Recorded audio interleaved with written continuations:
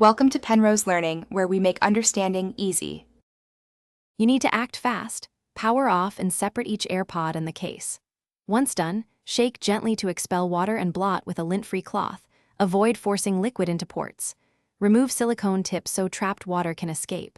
Use silica gel packets or place parts near, not inside, 1/2 cup of rice for short-term absorption to draw surface moisture.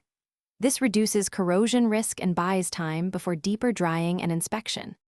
Once surface moisture is reduced, set up a controlled deep dry.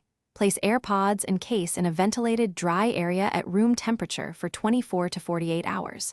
Make sure they're elevated so air circulates.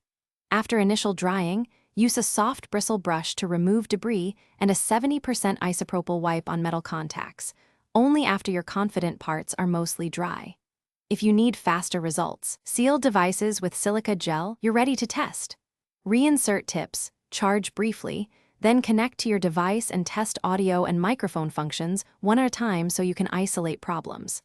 If playback or charging is intermittent, reset the AirPods and check for firmware updates via the paired device. Updates can fix software glitches that mimic water damage. If problems persist after 72 hours of proper drying, seek professional repair or Apple service, because internal corrosion or shorted components may require replacement.